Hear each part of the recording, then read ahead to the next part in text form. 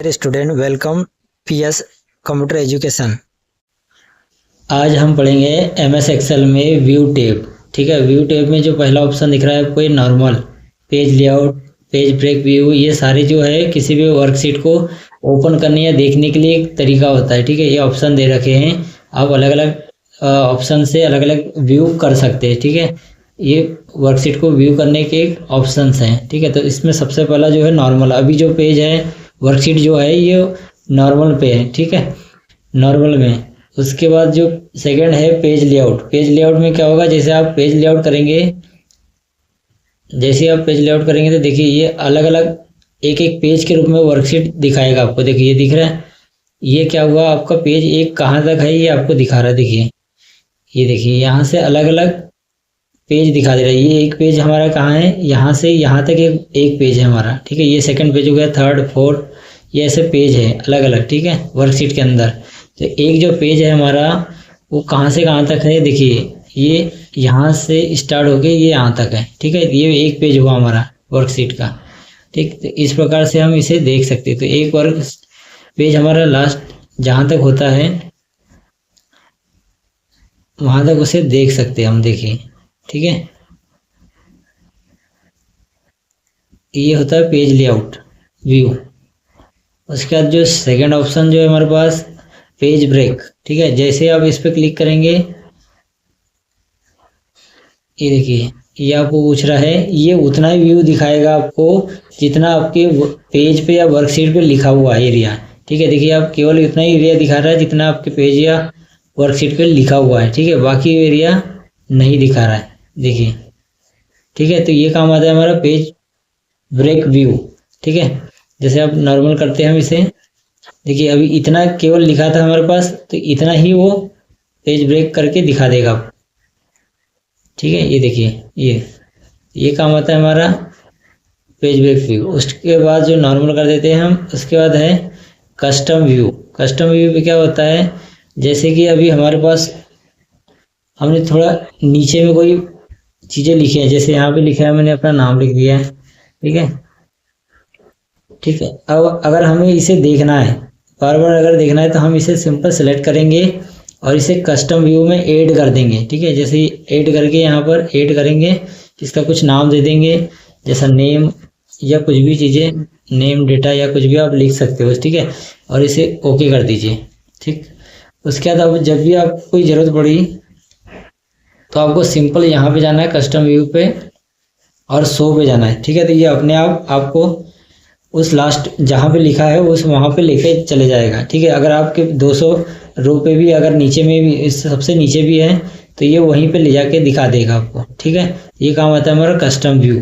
ठीक, आपको बार बार नीचे स्क्रॉल करने की जरूरत नहीं है, आपको सिर्फ सिंपल सा यहाँ पे कर्सर रखिए, जहाँ भी रखिए कर्सर, उसके बाद कस्टम व्यू में जाइए और शो पे जाइए। ठीक, तो ये आपको सीधे वहीं पहुँचा देगा, आपको जो टेक्स्ट को आपको फाइंड आउट करना है। ठीक है, तो ये काम आता है हमारा कस्टम व्यू। इसके बाद जो है फुल स्क्रीन। फुल स्क्रीन में क्या होगा, ये वर्कशीट पूरी फुल स्क्रीन में आ जाएगी। देखिए जैसे आप क्लिक करेंगे फुल स्क्रीन में आ गया। अब यहाँ से यहाँ पे क्लिक कर सकते हैं, इसके बटन जैसे दबाएंगे आप कीबोर्ड से, इसके दबा दीजिए, वापस आ जाएगा। ठीक है, तो ये होता है हमारे 5 प्रकार के व्यू। तो हम एक्सेल में व्यू टैब में 5 प्रकार के व्यू देख सकते हैं। ठीक है, ये 5 प्रकार के व्यू होते हैं स्प्रेडशीट के। उसके बाद जो नेक्स्ट टॉपिक है हमारा रूलर तब एक्टिव होता है। अभी देखिए अनएक्टिव है, एक्टिव तब होगा जब आप इसे पेज लेआउट पे जाएंगे। जैसे ही पेज लेआउट पे क्लिक करेंगे तो ये देखिए एक्टिव हो गया। अब यहाँ से आप इसका स्केलिंग को, रूलर को हटा सकते हैं या लगा भी सकते हैं। ठीक है, ये यहाँ से देखिए हट गया, अब यहाँ से लगा भी सकते हैं। तो ये पेज लेआउट में आता है रूलर। उसके बाद जो है हम इसे नॉर्मल कर देते हैं। अभी जो ग्रिड लाइन्स है, ग्रिड लाइन्स देखिए आपके पास जो लिख के आ रहा है, अभी ये जो ग्रिड लाइन दिख रही है, अगर इसे आप क्लिक करेंगे, अनएक्टिव करेंगे, तो यहाँ आपके पास स्क्रीन से देखिए ग्रिड लाइन हट जाएगी, जो कॉलम और रो के रूप में दिख रही थी। ठीक है, ये काम आता है हमारा ग्रिड लाइन से। देखिए अभी आ गई ग्रिड लाइन से आसपास। ठीक, उसके बाद ये जो आपके पास ये जो दिख रहा है, ये जो हम यहाँ इस पर क्लिक करेंगे तो यहाँ जो फार्मूले लग रहे थे वो ये दिखाता है। ये फार्मूला बार है, देखिए लिख के आ रही है फार्मूला बार, ये हमारी फार्मूला बार है। अगर आपको इसको छिपाना है या हाइड करना है तो आप इस पर क्लिक कीजिए, ये हट जाएगी। देखिए यहाँ से हट गया। ठीक, वापस इसे ला सकते हैं इसे क्लिक करके। उसके बाद जो हेडिंग है, आपको जो कॉलम के नेम और रो के नेम जो दिख रहा है ये 1 2 3 और ABCD, अगर इसे आपको हटाना है तो सिंपल हेडिंग पे क्लिक कर दीजिए, अनक्लिक करेंगे, जैसे देखिए हट गया यहाँ से, ठीक, यहाँ से ABCD और नहीं दिख रहा है। अगर लाना है वापस तो इस पर क्लिक कीजिए, ये कॉलम के नेम और रो के नेम आ जाएगा, ठीक, ये काम आता है। उसके बाद ये जूम जो है, अब इसे जूम करके देख सकते हैं। वैसे यहाँ पे नीचे में भी जूम बार दे रखा है, ठीक है, यहाँ से भी आप जूम आउट जूम इन कर सकते हैं, देखिए यहाँ से, ठीक। अब यहाँ भी आप जूम कर सकते हैं, देखिए यहाँ से आप जितना % जूम चाहिए आपको यहाँ से कर सकते हैं अपने अकॉर्डिंग, ठीक है। 100% चाहिए तो 100% करके इसे क्लिक कर दीजिए। उसके बाद जूम टू सिलेक्शन, आप जितना आप जूम, जैसे हमने इतना सिलेक्शन किए हैं केवल इतना ही जूम करके दिखाएगा ये, ठीक है। जैसे इस पर क्लिक करेंगे, देखिए इतना जो सिलेक्ट एरिया है इसे जूम करके दिखा दिया हमें, देखिए केवल इतना ही एरिया को जूम करके दिखा रहा है जितना सिलेक्ट करेंगे आप, ठीक है। तो ये काम आता है हमारा जूम। अब इसे 100% वापस कर दीजिए, सिंपल सा, ठीक है। तो जूम टू सिलेक्शन में आप इसे बड़ा करके देख सकते हैं, ठीक। न्यू विंडोज़ क्या है, देखिए अभी यहाँ स्टूडेंट माइक्रोसॉफ्ट एक्सेल लिखा है, एक ही फाइल है। अगर इसकी डुप्लीकेट फाइल बनाना है तो इस न्यू विंडोज़ पे क्लिक कर दीजिए, देखिए स्टूडेंट 2 करके क्लिक किया गया ना। तो अब हमारे पास कितनी फाइल हो गई, स्टूडेंट 1 और स्टूडेंट 2, 2 प्रकार की इसकी डुप्लीकेट फाइल बन गई हमारे पास 2, ठीक है। तो ये काम आता है हमारा न्यू विंडोज़। एक और फाइल बना सकते हैं, देखो स्टूडेंट 3 करके लिख किया गया, यहाँ 3 विंडोज़ बन गई होगी, देखिए ये। तो इसकी आपको डुप्लीकेट बना सकते हैं, ठीक है। अरेंज आल से क्या होता है, आप इसे अरेंज कर सकते हैं, ठीक है। देखिए ये अरेंज का टाइप पूछ रहा है आपको, जिस प्रकार से भी अरेंज करना है, यहाँ पे 4 प्रकार का टाइप है, आप किसी भी क्लिक कर सकते हैं। इस वर्टिकल, हॉरिजॉन्टली, कैस्केड या टाइटल जो चाहिए, अभी हम सिंपल इस पर करके ओके कर दे रहे हैं, ठीक है। देखिए पहली स्लाइड आ गई, सेकंड स्लाइड, देखिए सेकंड लिखा है, ये फर्स्ट स्लाइड और ये थर्ड स्लाइड, ठीक है। तो इस प्रकार से आप इसे शो करा सकते हैं, ठीक है।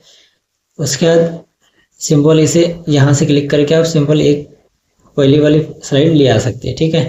उसके बाद जो फ्रीज पैनल्स, देखिए अगर अभी हम ये जो रो लिखा है, अगर हम अभी इसे स्क्रॉल करके नीचे लाएंगे तो देखिए हमारे पास जो कॉलम के नेम जो लिखे थे, कॉलम का जो पहला नाम, रो जो हेडिंग है वो हमारे पे छिप गई, ठीक है, हाइड हो गई, ऊपर चले गई। अगर तो इसे वापस देखना है, नीचे एक जगह स्थिर रखना है, तो इसके लिए क्या होता है, सिंपल आप इस पे सिलेक्ट करके फ्रीज पैनल्स जो पेन्स है, फ्रीज पेन्स पे क्लिक करेंगे। उसके बाद इसे कर दीजिए रो पर, फ्रीज टू टॉप रो, हम इसे फ्रीज कर देंगे, यानी एक जगह पे खड़ी रहेगी, हम स्क्रॉल करने पे छिपेगी नहीं, ठीक है। जैसे आप इस पर क्लिक करेंगे, देखिए अब इसे नीचे करके स्क्रॉल करते हैं हम, देखिए केवल हमारे ये जो रो है, ये हेडिंग जो है यहाँ पे स्थिर हो गई है, ठीक है।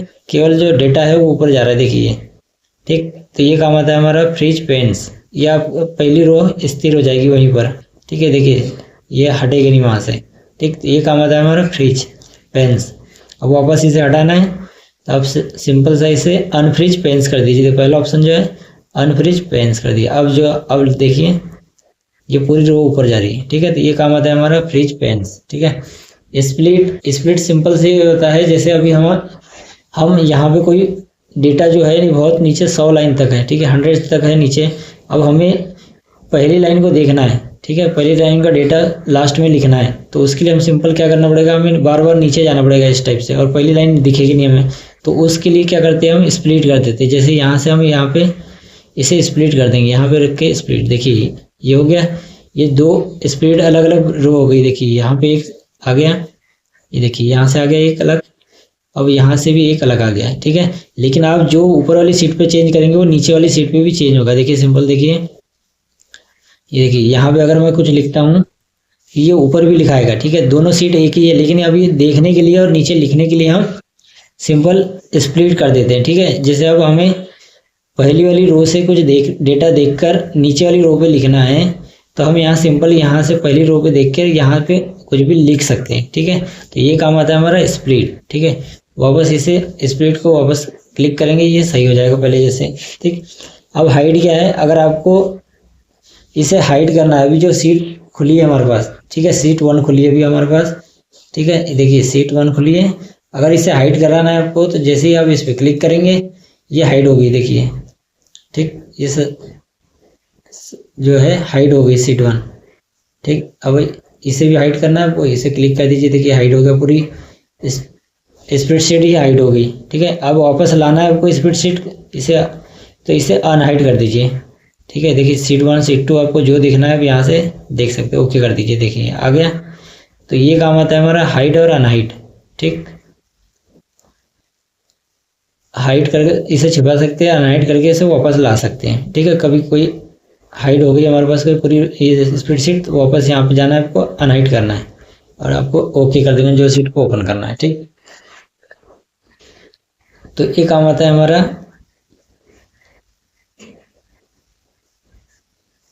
हाइड और अनहाइड। ठीक है, अभी सिंपल हम इसका न्यू विंडोज बनाते हैं। देखिए एक और विंडोज बनाइए। अभी एक ऑप्शन हमारे पास एक्टिव हो गया। जब आपके पास दो या दो से अधिक स्प्रेडशीट खुली रहती है तो आपके पास एक व्यू साइड बाय साइड एक ऑप्शन खुला रहता है। जैसे हमें तीनों सीटों को एक साथ देखना है साइड बाय साइड, तो आप इस पर क्लिक कर दीजिए।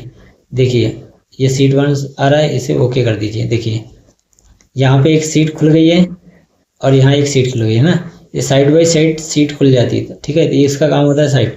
अगर आप इसे सिंपल हटा भी दिए कभी, या इधर देखिए इधर हटा दिया हमने इसे, ठीक, तो वापस इसे सही तरीके से लगाने के लिए आपको रीसेट विंडोज का पोजीशन करना है। देखिए वापस से फिर से आ गई।